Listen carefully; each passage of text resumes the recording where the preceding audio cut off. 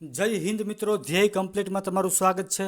તો મિત્રો આજે આપણે ધોરણ 6 ગુજરાતીમાં દરેક સ્પર્ધાત્મક પરીક્ષામાં ઉપયોગી એવા શબ્દ સમૂહ માટે એક શબ્દ જોવાના છીએ। તો મિત્રો ધોરણ 6 ની ગુજરાતીમાં જેટલા પણ શબ્દ સમૂહ આવેલા હતા એ બધા જ શબ્દ સમૂહ આપણે આ એક જ વિડીયોમાં લઈ લીધેલા છે। મિત્રો હજી સુધી આપણી ચેનલને તમે સબસ્ક્રાઇબ ન કરી હોય તો ચેનલને સબસ્ક્રાઇબ કરી દો, વિડીયોને તમારા બધા મિત્રોને શેર કરી દો, લાઇક કરી દો અને કોમેન્ટ કરી દેજો। તો ચાલો હવે શરૂઆત કરીએ છીએ। પેલો શબ્દ સમૂહ જોઈએ, રાત્રિના અંધકારમાં ટમટમતું જીવડું, તો એને કહેવામાં આવે છે આજ્ઞા।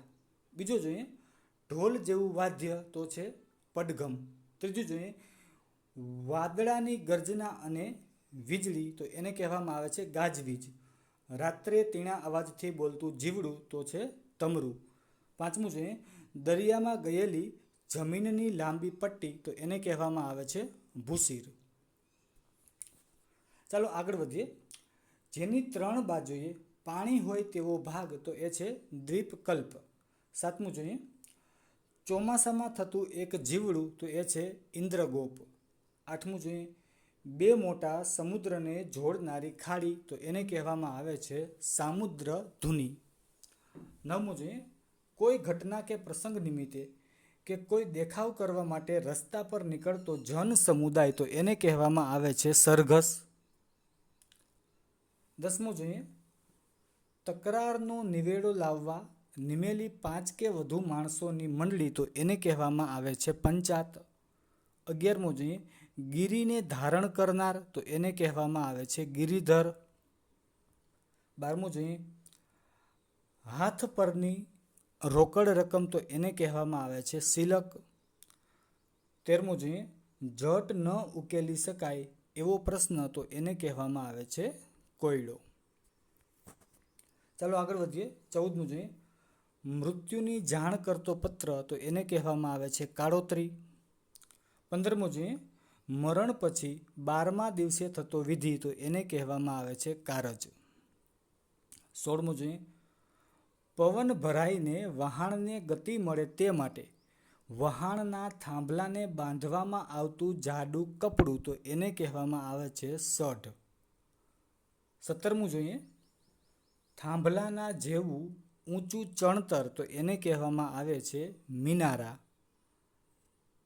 18મું જોઈએ, પવનનો કે પવન સાથે પડતા વરસાદનો સુસવાટ, તો એને કહેવામાં આવે છે ઝંઝા।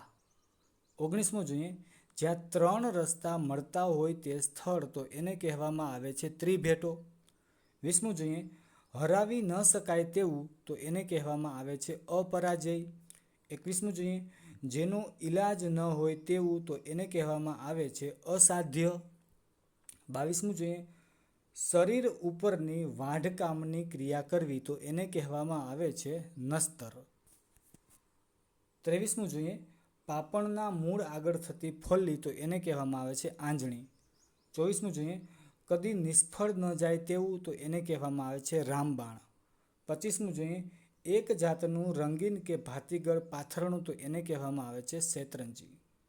26મું જોઈએ, મંદિર ઇત્યાદિ સ્થળે નાસ્તા પાણી કે જમણ માટે થતી ઉજવણી, વનભોજન કે મિજબાની, તો એને કહેવામાં આવે છે ઉજાણી।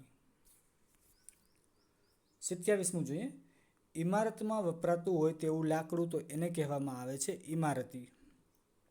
28મું જોઈએ, લાકડાની વખાર, તો એને કહેવામાં આવે છે લાટી। મિત્રો છેલ્લું જોઈએ, નીચે ગોળ ચકતીમાં ઊભા સળિયાની દાંડીવાળું કાંતવાનું એક સાધન, તો એને કહેવામાં આવે છે તકલી। તો મિત્રો જેટલા પણ ધોરણ 6ની ગુજરાતીમાં શબ્દ સમૂહ આવેલા હતા એ તમામ શબ્દ સમૂહ આપણે આ એક જ વિડીયોમાં લઈ લીધેલા છે। મિત્રો અત્યારે બસ અહીંયા લગી રાખીએ। આના પછીના વિડીયોમાં મિત્રો જે ધોરણ 6ની ગુજરાતીમાં જેટલા પણ સમાનાર્થી શબ્દો છે એ બધા જ સમાનાર્થી શબ્દો આપણે જોવાના છે। મિત્રો હજી સુધી તમે આપણી ચેનલને સબસ્ક્રાઇબ ન કરી હોય તો ચેનલને સબસ્ક્રાઇબ કરી દેજો અને તમારા જે પણ મિત્રો છે જે પરીક્ષાની સ્પર્ધાત્મક પરીક્ષાની તૈયારી કરે છે એ તમામને આ વિડીયો શેર કરી દેજો, એક લાઇક કરી દેજો અને એક કોમેન્ટ કરી દેજો। જય હિન્દ, થેન્ક યુ।